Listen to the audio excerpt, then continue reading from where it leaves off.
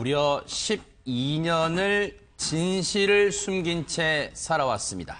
아마 완전 범죄에 성공했을 거라고 생각했을 겁니다. 하지만 단 1cm 길이의 이 범죄자의 신상은 만천하에 드러나게 됐습니다. 홍순빈 아나운서. 네, 이 사건은 12년 전 강릉의 한 시골 마을에서 있었던 일입니다. 이 마을의 주민이 길을 가다가 이웃집 주민의 집에 이 현관문이 활짝 열려있는 것을 발견을 합니다. 아하. 그런데 이 집에는요, 60대 후반의 노인이 혼자 살고 있었습니다. 네. 걱정되는 마음에 이 현관문을 진짜 발만 조심스럽게 들어가 보는데 네. 소리를 들어보니까 다행히 TV 소리가 들리고 있는 거예요. 아하, 네. 그래서 마음을 놓으려고 하는 찰나 네. 생각해보니까 갑자기 여기에 이 사람의 인기척이 전혀 느껴지지 않았던 겁니다. 아하, 네. 그래서 안방까지 직접 들어가 보는데 네. 안방은 여기저기 뭐 흩어져 있었고 네. 물건들로 흩어져 있었고 어지럽게요, 네. 그렇습니다. 아, 네. 이 여성이 발견됐는데 이 집에 사는 여성이 발견됐는데 네. 손발이 전화선으로 묶여 있었고 아이고. 지금 이 그림처럼 네. 입에는 청테이프가 붙어져 있었던 거예요. 아, 네. 그러면 지금 저 당시 상황을 이웃 주민이 발견해서 이 경찰에 신고한 상황인데 그러면 당시 여성은 혹시 안타깝게도 목숨을 잃은 상태였습니까? 그렇습니다. 이제 신고를 받고 출동한 경찰이 확인해 보니까 네. 이 여성 당시 기도가 폐쇄돼 있었고 아하. 갈비뼈가 골절이 되어 있었습니다. 네. 그러니까 사망을 한 거고요. 네. 당시 집은 굉장히 흩어져 있었고 네. 금품이 이제 훔쳐져 있는 상태였는데 그럼 이게 범죄 현장인 거잖아요. 그렇습니다. 네. 그러니까 이제 그 당시에 그래서 이제 결정적 단서가 네. 하나가 있었습니다. 네. 그러니까 뭐 쌍둥이도 지문은 다르다고 하잖아요. 네. 그만큼 이제 사람 개인마다 지문이 달라서 네. 이 입에 붙어 있었던 청테이프에서 네. 1cm 가량의 이 범인의 지문을 발견합니다. 아, 네. 그런데 이 지문이요 당시에 너무 흐렸다고 합니다. 네. 게다가 이 테이프에 붙어 있었던 글씨까지 겹쳐져 있어서 네. 당시 이 사건은 미제 사건으로 종결이 됩니다. 하하. 범죄 현장을 두고도 범인을 잡지 못하는 일, 단서가 나왔는데도 범인을 잡지 못하는 일이 12년 전에 벌어졌는데 지금 여기 당시의 조사를 보니까 융선이 뚜렷하지 않아서 당시 지문 감식 기술로는 용의자 특정이 어려웠다는데 대체 염 의원님 융선이란 게 뭡니까? 그러니까 손가락에 보시면 이 선 있잖아요. 네. 이 선을 갖다 그래 융선이라고 얘기를 하고요. 아, 지문을 이루고 있는 선. 네, 그러니까 네. 앵커분하고 저하고 이렇게 타로 찍어도 틀릴 수밖에 없죠. 네네. 그래서 인간의 어떤 신체나 생체 정보를 확인한 여러 가지 요소가 있는데 네. 가장 많이 쓰는 게 최근에는 홍채 인식 있잖아요. 아. 안구 인식이 있고 네네. 그다음에 이제 정맥 인식도 최근에 많이 씁니다. 네. 근데 문제는 가장 원시적이면서 간단하게 확보할 수 있는 게 지문이거든요. 네. 그래서 지문 인식을 지금 현재 범죄 수사의 기본으로 보고 있고 네. 이걸 옛날에는 과거에 사람이 했습니다. 아하. 그래서 여경들이 일일이 지문 대조를 했기 때문에 네. 한 번 심한 경우 6개월씩 걸리는 경우도 있었어요. 아. 근데 최근에 AFIS라고 해서 Automatic Fingerprinting Identification System이라고 해서 네. 슈퍼컴퓨터죠. 우리말로 하면 뭡니까 이게? 지문 자동 인식 시스템입니다. 아, 예. 지문 자동 인식 예. 시스템. 네. 예, 이게 이제 미국에서 처음 도입한 건데 우리나라도 이게 상당한 기술력을 가지고 있거든요. 아하. 그래서 요걸 통해서 이제 확인하는 거고 네. 특히 이제 그 태완이법 아실 겁니다. 네. 태완이법이 2015년에 시행되면서 미제 사건 전체에 대해서 경찰에서 뒤져보기 시작을 했고 아하. 쪽지문이나 불확정적인 지문, 좀 흐릿한 지문만을 대상으로 네. 또 다른 수사를 시작을 했습니다. 그래서 네. 정확하게는 이제 994건을 대상으로 수사를 시작을 했는데 네. 그 건 중에 한 건이 이 건이라는 얘기죠. 아하. 그래서 흐릿한 지문이었지만 최근에 새로 도입한 기계나 장비가 네. 이 내용을 인식했기 때문에 비록 1cm짜리 쪽지문이라도 네. 범인을 확인할 수 있었다는 얘기를 드리고 싶습니다. 홍순빈 아나운서, 염 의원님이 이제 자세하게 설명을 해 주셨습니다만 네. 그럼 12년 전에는 1cm의 쪽지문이 청테이프에 찍혀 있는 걸 발견하고도 당시 기술로는 이 범인을 특정하지 못했는데 그럼 12년이 지난 지금 네. 어떻게 범인을 특정을 한 거예요? 경찰이 어떤 노력을 했습니까? 그러니까요, 이제 이 12년 후에 그 지문 감지 기술이 발전을 한 겁니다. 네. 그래서 흐릿했던 그 지문을 조금 더 선명하게 만들어서 네. 그 지문을 바탕으로 이제 분석을 했는데 네. 지문 분석한 결과 이 범인을 찾을 수 있게 되었던 거죠. 네. 그러니까 당시에는 좀 알리바이도 있었다고 했는데 네. 그런 알리바이까지 다 풀리면서 네. 이런 사건이 풀릴 수 있었던 겁니다. 그 지문을요, 이 지문을 토대로 용의자를 특정하려고 무려 경찰이요 3,000개의 유사 지문을 일일이 컴퓨터를 통해서 대조 작업을 한 끝에 용의자 범인을 특정할 수 있었다고 합니다. 말이 3,000개지요. 이 유사한 지문 3,000개를 일일이 대조를 했을 거 아닙니까? 그런데 염 의원님, 네. 이렇게 이 유사한 지문을 바탕으로 3,000개를 대조해서 한 명의 범인을 특정하고 이를 바탕으로 그러면 이제 재수사를 시작했을 것 같은데요. 네, 그렇죠. 그러니까 재수사를 하는데 네. 일단 지문이 맞아야죠. 네. 안 맞는데 엄한 사람 데려다가 뭐 그럴 순 신고할 없잖아요. 수 없잖아요. 네. 그래서 일단 이걸 확인하는 게 중요한데 네. 문제는 뭐냐면 이 지문을 경찰에 3,000개를 입력을 했다는 것은 네. 이전에 데이터베이스가 없었다는 얘기거든요. 아. 이게 지금 문제라는 얘기입니다. 네. 최근에 그 지문인식 관련해서 경찰이 가장 애를 먹는 게 외국인 지문입니다. 네. 외국인들이 우리나라에 들어왔을 때 지문을 갖다 뭐 날인하는 제도가 법률적으로 확실하게 없기 때문에 네. 이런 경우는 이제 문제가 발생할 수 있고요. 또 하나는 최근에 그 지문 관련된 미제 사건 중에 가장 무서운 게 17세 주민등록증 나오잖아요. 아하. 그러니까 그 이전에 이제 지문을 안 찍는 아이들 같은 경우는 네. 지문 확인이 안 되기 때문에 미제 사건도 많이 나온다는 얘기죠. 아하. 세 번째는 요 사건과 같이 쪽지문이 너무 흐릿하게 나오거나 부위별로 나오는 경우에 수사하기 어려운데 네. 이런 경우는 방법이 없습니다. 용의자나 용의선상에 있는 사람들 지문을 추적을 해서 네. 경찰에서 입력을 한 다음에 대조를 하고요. 네. 대조하고서도 안 되는 경우가 있습니다. 이런 경우는 유관으로 일단 유사성이 있는 지문들을 수사관들이 찾아내야 되거든요. 네. 그런 과정을 뭐 5, 6개월 동안 걸친 네. 훌륭한 사례라고 볼 수 있습니다. 홍순빈 아나운서, 네. 이제 지문을 특정했단 말이에요. 네. 그러면 이 지문을 갖고 있는 사람을 찾아내야 될 거 아니에요? 찾아냈습니까? 그렇습니다. 네. 이제 12년 만에 드디어 이 지문을 갖고 있는 사람을 네. 찾아낸 겁니다. 네. 그러니까 당시에는요, 이 사람이 어떤 사람이었냐면 이 생활 능력이 안 돼서 바로 이 장면이 검거 현장입니다. 네, 말씀하세요. 이 네. 당시에 이제 파악을 해보니까 네. 당시에 이 생활 능력이 안 돼서 국가로부터 기초 생활수급비를 받았던 사람이라고 합니다. 네. 12년 만에 잡혔는데 네. 잡힌 당시에도 직업이 없어가지고 아. 좀 금전적으로 좀 어려움을 겪고 있었고 네. 과태료, 책임보험료, 음주운전 벌금 등이 미납된 상태의 무직 상태였던 겁니다. 네. 그러니까 12년 전에도 지금 경제적으로 여건이 안 되니까 이 노인의 금품을 갈취하기 위해서 집안으로 들어갔던 거죠. 네. 그런데 박지훈 변호사님. 네.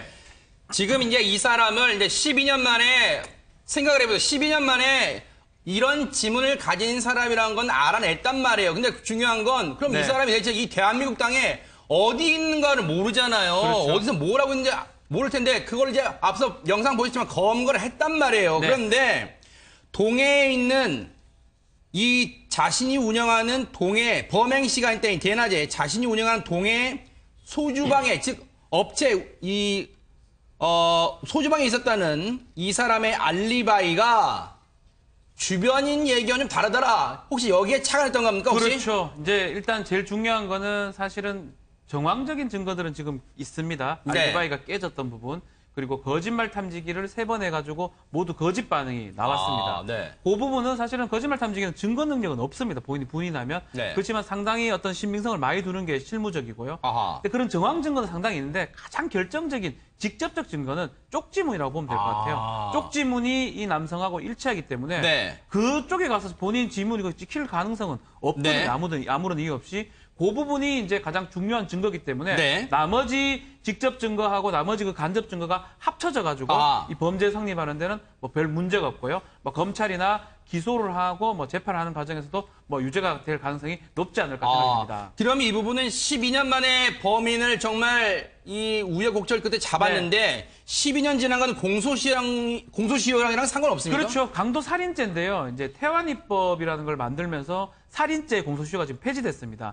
2000년도 이후에 있었던 사건들은 이전에 있었던 사건들은 네. 적용이 안 되고요. 2000년도 이후의 사건들은 다 적용이 되는데 네. 2005년도에 있었던 사건이기 때문에 이 사건은 공소시효가 적용되지 않는 그런 사건입니다. 네. 앞서 홍순빈 아나운서가 설명을 잠시 해드렸습니다만은 이 사람을 잡고 보니까 경찰이요. 일단 생활 능력이 안 돼서 국가로부터 기초생활수급비를 받아왔다. 과태료, 책임보험료, 음주운전 벌금 미납 등의 벌금 등의 미납액이 있다. 잡힐 당시에도 무지개 상태였다. 어렸을 때부터 금품에 손을 댄 전력이 있었고 성장한 이후에는 20년 전에 유사한 사건 범죄가 있어서 구속된 적이 있다. 이때는 홍수민 아나운서 살인 범죄는 아니었나 봐요. 그렇습니다. 처음에 이 사람이요. 처음에 이 금품을 갈취하기 위해서 집 안으로 들어간 겁니다. 살인의 네. 의도는 처음에는 없었고요. 네. 그런데 이 60대 후반의 여성이 이제 저항을 하니까, 반항을 하니까 아유. 이거를 제압하기 위해서 집에 있던 전화선으로 손발을 묶고 또 청테이프로 이 입을 감싸는 등 네. 이런 과정에서 살인까지 이어진 거죠. 참 정말로 이 홀로 있는 60대 노인을 어르신을 끔찍하게 잔혹하게 범행을 저지르고 숨지게 하고 달아났던 12년 전의 그 범인 12년 만에 정말 발전된 기술 덕분에 잡게 됐다 이런 생각이 드는데 염 의원님 지금도 네. 생각하면 그 쪽지문에 있는 청테이프에 남아있던 쪽지문 1cm의 길의 쪽지문이 아니었으면 12년 지난 지금에도 못 잡을 뻔했어요. 그냥 무조건 못 찾습니다. 아하. 그러니까 왜 이 말씀드리냐면 네. 이 당시도 범인이 장갑을 낀 차로 범행을 저질렀기 때문에 현장 지문은 없었어요. 아하. 근데 이제 돌아가신 할머니 입에다가 그 테이프를 감았잖아요. 네. 근데 이제 테이프가 처음에 떼보시면 아시겠지만 두루마리 테이프이기 때문에 네.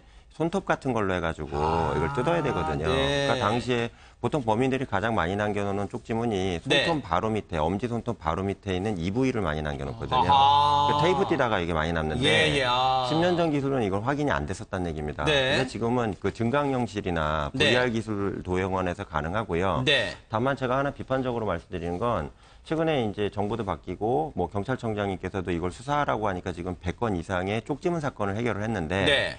문제는 그 경찰청 내에 그 과학수사과 관련해서 이 지문과 관련된 그 개가 따로 없어요. 팀이 없고 네. 일부 증거 수집 영역 중에 하나로만 돼 있거든요. 네. 근데 외국 같은데 그 과학수사 시스템을 보면 증거만 분석하는 수십 명의 전문가들을 따로 양성을 하고 있다는 얘기입니다. 그래서 현재 경찰서에서 활동하시는 과수대 요원 중에 지문 전문가가 있긴 하지만 지문이 가장 중요한 원시적이지만 가장 광범위한 법정 증거가 되기 때문에 네. 이 부분을 어떻게 보면 다른 영역으로 해서 아하. 육성하는 게 필요하지 않나 이런 생각이 듭니다. 그 말씀 듣고 보니까 이번 사건을 해결한 곳도 경찰청에 있는 증거 분석계라는 곳에서 했는데 말씀하신 것처럼 따로 이 지문만 면밀하게 이 감식하는 그런 개는 지금 아직 우리나라에는 없는 것 네, 같습니다. 국방부만 그럼 알고 있습니다. 네. 지금 경찰도요 이런 얘기를 하고 있습니다. 만약 범인이 당시 테이프가 아닌 청테이프가 아닌 일반 끈을 이용해 범죄를 저질렀다면 증거가 남지 않았을 수도 있다. 이렇게 얘기를 하고 있습니다. 수사가 그만큼 어려웠을 거라는 얘기를 해주고 있는데 최명규 원장님, 당시 이 피해 어르신이 당시 69살 홀로 지내시던 어르신이었대요. 이제 12년 만에 범인이 잡혔다는 얘기를 듣고 이 피해자분의 이 어르신의 유족분들의 마음은 얼마나 지금 억장이 무너질까요? 그럼요. 이제 돌아가셨을 때 일단은 아버님이었고 어머님 혼자였으니까 네. 그 기간이 얼마나 길었는지 몰라도 얼마나 힘드셨겠어요. 네. 그런 다음에 또 이렇게 갈비뼈가 부러지시고 기도가 폐쇄되었으니 돌아가시는 과정도 너무너무 고통스러웠을 거고요. 네. 그리고 더군다나 그게 범행이었으니까 얼마나 공포스러웠겠어요. 그거를 네. 갖다 생각만 해도 이 가족들은 잠을 이루지 못했을 거고요. 네. 더군다나 범인이 갖다 잡히지 않으니까요. 이거는 해결되지 않는 듯한 느낌을 주거든요. 그러니까요. 뭔가 장례도 치렀고 마음에서 지워져야 되지만 뭔가 우리가 죽음에 해당되는 부분은 매듭이 다 이어지지 않으면 뭔가 해결이 안 된 것 같아요. 하하. 그렇기 때문에 그 범행 이후에 지금 시간 동안 뭔가 해결이 안 되는 것처럼 지내왔기 때문에 아마 그 유가족들은 일상생활을 하기 굉장히 어려웠을 그러니까요. 거예요. 그 홍수민 아나운서, 네. 이 유족, 이 피해 어르신에게는 돌아가신 피해 어르신에게는 아들이 있었다면서요. 그렇습니다. 아들이 당했을 상처 정말 이만저만이 아니었을 것 같아요. 그래서 이번에 이 아들의 얘기를 한번 들어봤습니다. 네. 이 심정을 물어보니까 하늘에 계신 어머니 하니 조금이나마 풀렸다고 믿고 싶고 이제야 죄를 좀 던 심정이다. 그랬겠죠. 이제야 인생의 짐을 좀 덜어낸 심정이다. 네, 자식이로서 오죽하겠어요, 진짜. 그렇습니다. 네. 그렇게 하고 얘기를 하는데 네. 여기서 또 특이한 점이 네. 사건 초기에 이 아들이 용의자로까지 몰렸다고 합니다. 세상에. 그러니까 어머니를 잃은 아픔이 굉장히 클 텐데 정신이 없을 텐데 네. 그때 조사까지 받으면서 마음고생을 겪었다는 거예요. 그래서 이 아들이 오죽했으면 어머니가 돌아가시고 나서 서울 생활 다 정리하고 네. 강릉에 내려와서 3년간 생활했는데 3년간은 어머니 생각에 세상에. 1도 할 수 없었다고 합니다. 근데 박 변호사님, 네.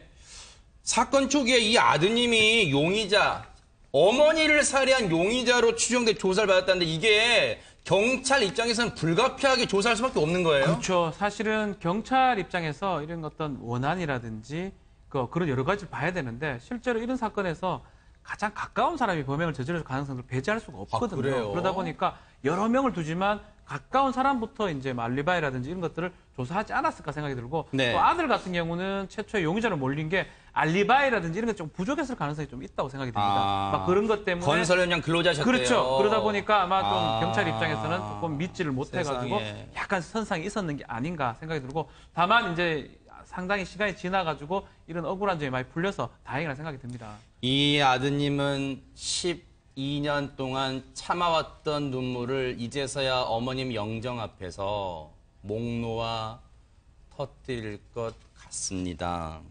12년 동안 편히 눈을 못 감으셨던 이 어르신 이제 하늘나라에서 편히 눈을 좀 감으시길 바라겠습니다.